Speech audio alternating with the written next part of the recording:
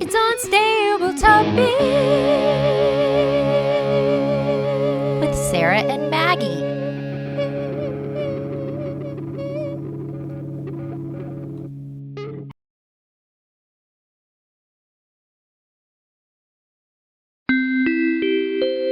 Please hold for an important message.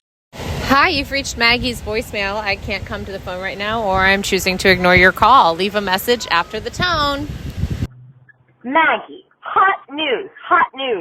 So we are producing Yard of the Month, and in this short film, there's this fictional garden club called Creekside Garden Club. Well, someone has created this whole platform, this whole campaign called Don't Join CreeksideGardenClub.com. They have taken out Craigslist ads. It's been in the Dallas Morning News. It's in the Record Chronicle. It's all over the internet. So whatever you do, do not go to Don't Join CreeksideGardenClub.com. And this is Sarah Adams. End of message. Hey, welcome to Unstable Topics, a fast-paced, jam-packed, unhinged bestie podcast filled with facts, reacts, and made-up games in between. We're your hosts, Sarah And Maggie. and we're excited for you to join our best friend hangout, where we surprise one another with things we find interesting or hilarious just to see how the other will react. Our friendship might be totally stable, but you never know what your bestie might throw your way to knock you off your game. So come shake things up, learn something new, and laugh along with us. This is Unstable Topics. Hey, bestie. Hey, bestie. You know what's unstable that I've been thinking about is like the idea of a love-hate relationship, and I can't think of something that I have a greater love-hate relationship with than snacks. Snacks. Ooh, bold to put that out there. Yeah, You hate them I know. and you love them. right? Because I feel like I can eat snacks. Snacks are something that never fill you up, no matter how many you have.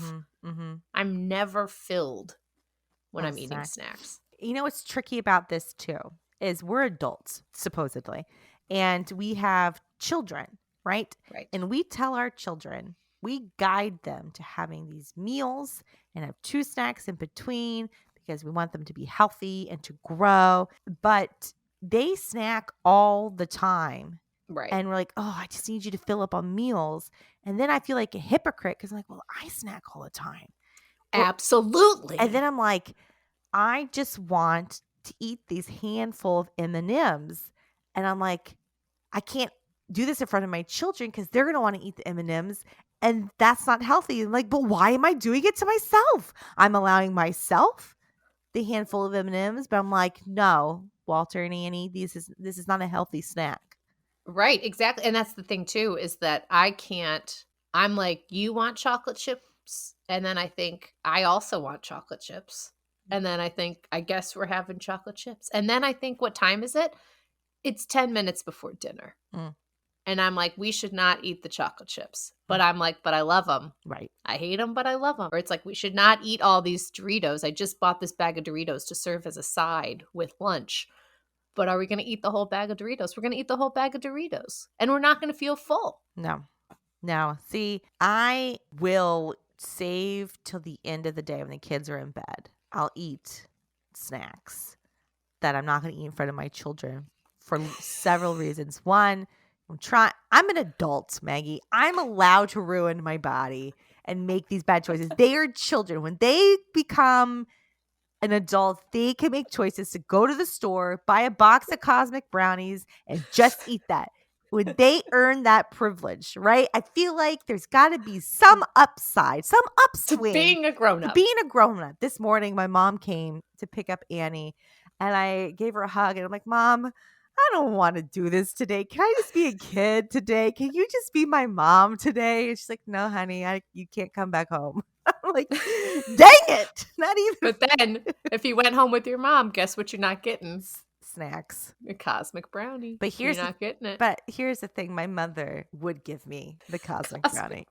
You know, because she's also a grandmother. And I feel like once you reach that level of adulthood, You get the money F's you give are very few. Yes, it's true. That's true. And you know what else is nice about waiting till the kids go to bed to have a snack They don't is then take you it don't from have you. to share it. Can I tell you Yes, how exactly. many times they take everything I have in my hand? The other day, I was at the table with my children, my family, with my glass of water. And I like, as everyone knows, I love a cup with a straw. Okay. Yes. And I like my water cold and I prepare that for myself. I make those choices for me. And Walter has a cup of water with a lid and a straw on it as well. And he goes, Mama, can I have something for water? And takes it. Without waiting. And drinks it. I'm like, Walter, you have a cup right in front of you with a straw and a lid. He goes, yes, but yours is cold. And I'm like, come on, dude. Come on, my dude. Or I'm driving in the car and you think that's a safe place because your kids are in the back. You think. It's not a safe place. So Nope. Annie had a snack in her hand. And I'm like, now is my time to eat my special snack that I try and save just for me. So I open the wrapper and in the back seat I hear, mwah, mwah, mwah. No. Mama, one, mama. I'm like, dang it, child. Is nothing sacred anymore. Nothing is sacred. Children think snacks are just for them, and they're not. They're for grown-ups too, and they are supposed to be special for the person who is consuming them, not for everyone. Snacks do not need to be shared. Final point. That is the only way we can get through this. That's the only way to make the snacks stable, is to be like, you can only have your own. Here's the thing, Walter and Annie, if you're listening, you have to share. You have to learn to share. My snacks, me as an adult, comes with privilege not to share. You as a child need to learn to share because that is a trait you need to take on with you to adulthood so then you can have the right.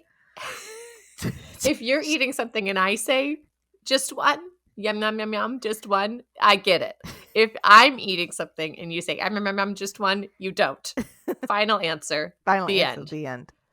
Speaking of things that we have final answers on, are you ready for a fact? I was wondering why you were trying to make final answer happen, and now I know it's part of your transition. No, you're not going to know. Okay. You're not going to Okay. know.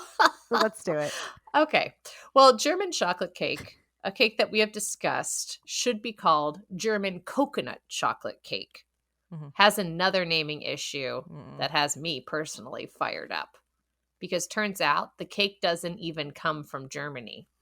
It was named after Sam German, who created a type of baking chocolate for bakers in 1852. This reminds me of the Caesar salad that we talked about. Right. But this is more offensive to me. Caesar salad was named after a man named Caesar, but not Caesar, Roman emperor. Right.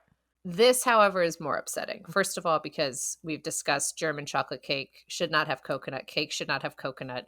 German chocolate cake, of all the cakes, I mean, I love all cakes, but German chocolate cake is the worst of all the cakes. 100%. Right? We've talked about that. Yes. Caesar salad, great salad. Whatever the name, gonna love it. Right. So not only is German chocolate cake parading around as if it is a chocolate cake, it is also using a name that sends a message that is not accurate. That's fair, and I'll let you have it, but it also is his name. You know, you gotta, I do think he should have used his first name. If you're going to name something out of yourself and your last name is so specific where it thinks of a place or a type of people, like Germans. Like Austin. Let's pivot. You know, let's pivot and pick something else. I think that all the time, yeah. Because I did think until this moment that a German coconut chocolate cake came from Germany. Because honestly, it tracked for me. For some reason, like that seemed like something that would come from Germany.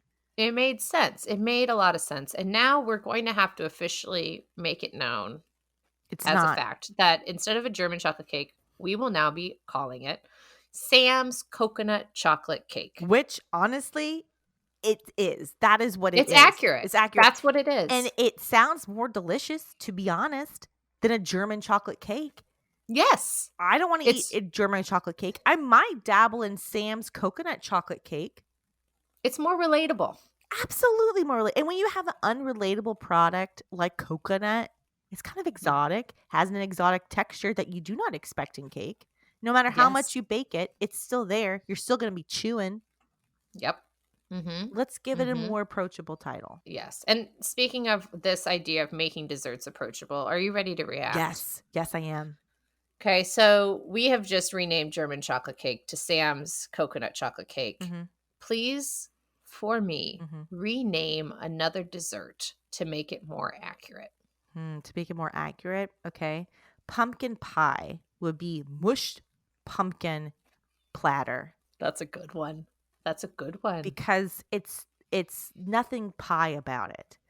You know, pie you expect something else besides just this mushy gushy in the middle, which is one of the reasons I really don't like pies because it's mostly mushy gushy. But Yeah, that's interesting. pumpkin pie makes you think you're going to be getting something that's a little bit more dense, a little bit more Vegetable-ish. maybe. Yeah. But smashed pumpkin platter, I know exactly what I'm getting at that point. I think that's a very fair name. What would you rebrand? I was thinking along the same lines, like cheesecake Oh, doesn't do it for me. That's not what you're ordering. What you're ordering is sugared wait, what is it? Sugar cream cheese graham cracker plate. yeah. Gotta add the plate Yeah, because that's what it's served Yeah, on. it's gotta serve. This is a really good question. Like, what other things would I rename? Maybe like the turtle cheesecake on the same vein. Mm. It would Mhm. be You know, chocolate turtles. and nuts, creamed sugar cheese with the side of graham crackers. Yes. Basically everything's a charcuterie board at that point. You know what? Motion to make everything a charcuterie board. A what board? Charcuterie? Charcuterie. Charcuterie? Charcuterie. Charcuterie? Charcuterie? Charcuterie. Charcuterie. Charcuterie hoochie coo. Charcuterie coochie ya ya mama. Sarah and Maggie are besties, but how well do they really know each other? They'll find out in this rapid fire game of this or that. Maggie, for this or that, I have 20 seconds on the clock, and there are right and wrong answers. At the end, you will be able to defend one that you get wrong. Are you ready to play? I am. Gummy bear or grizzly bear? Gummy bear. Tropicana or tropical? Tropicana. Sunscreen or sunshade? Sunshade. Homegrown or farm fresh? Farm fresh. Delivery or takeout? Takeout. To be or not to be? To be. All right, and that's the end of our timer. Those were good ones. I had two Those were more. good. I had two more we didn't get to. Really? I had two more. That's fine. So let me review this. Honestly, Maggie, you got 6 out of 6 correct. Are you serious? Yeah, 6 out of 6 correct. Are you serious? You got 6 out of 6 correct. Okay. You want to review? Do you want to Yeah. review? Okay. Mhm. Gummy bear or grizzly bear? You pick gummy bear. Obviously. Obviously. Tropicana or tropical? You pick Tropicana because Of course. the juice. Yes. Duh. Or more fun name, whichever one you picked Yeah. it for. Sunscreen or sunshade? You pick sunshade because Yeah. no one wants to be in the sun. Absolutely. Homegrown or farm fresh? You picked farm fresh because homegrown implies that you have to grow it yourself. Farm fresh Absolutely. implies that you have to get it from a farm, like you don't have to grow anything, Uh-huh. which is the correct answer. Yeah. Delivery or takeout? Mhm. You chose takeout. I'm curious as to why. That's Okay, so this was one that I was like, could be either one. I chose takeout because I think that sometimes when I'm waiting for someone to deliver to my house, I don't like that. Yeah. I don't like the waiting period of that. I don't like that it's coming in someone else's car. Mhm. Like I would rather just go quickly grab it and come back to enjoy. It feels more active, more I'm like a part of the community, and also less stressful in some ways. And that's the correct answer. Obviously, takeout is the correct answer. And for that reason, to be or not to be, you chose not to be. That's actually incorrect. I chose to be. Wow. So this was the wrong one. Wow. Almost made it. Well, that certainly was something.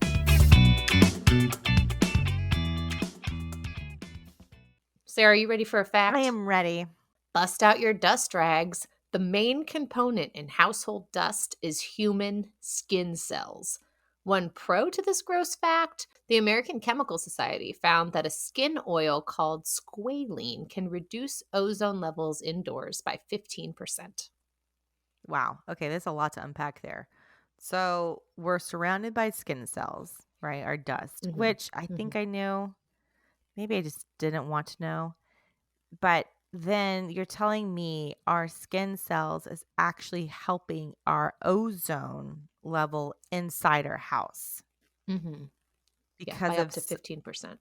up to 15%. I think that's good, right? That's good. That sounds good. I That didn't sounds good. I didn't realize our house had an ozone level. I don't. I guess. Yeah. I think of the ozone as a layer in the clouds, but Yeah. maybe ozone is all around us. I don't know. think so though. Isn't it an ozone layer? There's an ozone part of our atmosphere. And that's a big thing because the ozone layer was deteriorating because we're ruining the earth, right? Yeah. Uh-huh. Well, but you know what? Oh, what did you This Google? is what it is. Okay. I went to Google. Do you want to know what I Googled? Yes. What's the ozone and can it be in my house? And it can. The smog created by ozone can infiltrate houses, turning the photochemical byproduct into hazardous indoor air pollutant. Interesting. And my skin is helping this air pollutant be less in my house because Right. so basically what you're telling everybody is not to dust. Yeah, it's kind of like a catch-22 though, right? Because like dust makes allergies worse. It's kind of like it's getting in your nose, probably making you sneeze, but possibly providing some squalene that helps with your indoor ozone. Squalene. Squalene? Who came up with that word? You know? Probably Latin. Squalene? There's no way that's Latin. Google it. What's the origin of the word squalene? Guess what? You're never gonna believe it. It's Latin. No. It's Latin. No. What is it Yep. Latin for? It's for shark because it's found in shark liver. This fact is taking a wild turn. So not only have we learned, obviously, probably most of us know dust is our skin cells, but we learned that the squalene in our skin cells, which becomes dust, can help the ozone, which we have learned is a pollutant created by smog inside our house, which is squalene can help get rid of. And now squalene is a Latin word, which is a fact, for shark. Well, squalus is shark, and then "ene" is another Latin thing, squalene. Yeah, this was a very layered, much like dust on my bookshelves. This is a layered fact. Are you ready to react? Yes. Okay, so we know that dust is mostly human skin cells. Would you rather clean up dusty skin cells or clean up glitter? This is a challenging one. I think dust, 100%, because dust is dust. It's dust. Ashes to ashes, dust to dust. We've done it before. Glitter never goes away. No matter how hard you try, glitter will stay forever. It is the cockroach of party crafts. Everything never goes away. Never goes away. This is true. So if you're telling me I have glitter in my house now, if I have to deal with glitter in my house, I would pass. Give me a dust rag, I'll clean up dead skin shark cells. Squalene. Do you think that now let's take that phrase ashes to ashes, dust to dust, and what if it was ashes to ashes, glitter to glitter? It's more permanent. It's like we were ashes, back to ashes, but we're also glitter and we live on forever. I thought you were going to say ashes to ashes, squalene to squalene. That's it for this episode. Wasn't that fun? Now it's time for you to subscribe and follow. And share this episode with a friend. Maybe even your bestie. Find us everywhere online at Unstable Topics. And for more antics, visit us at The Monthly Junk. Bye. Bye. Peace. Peace.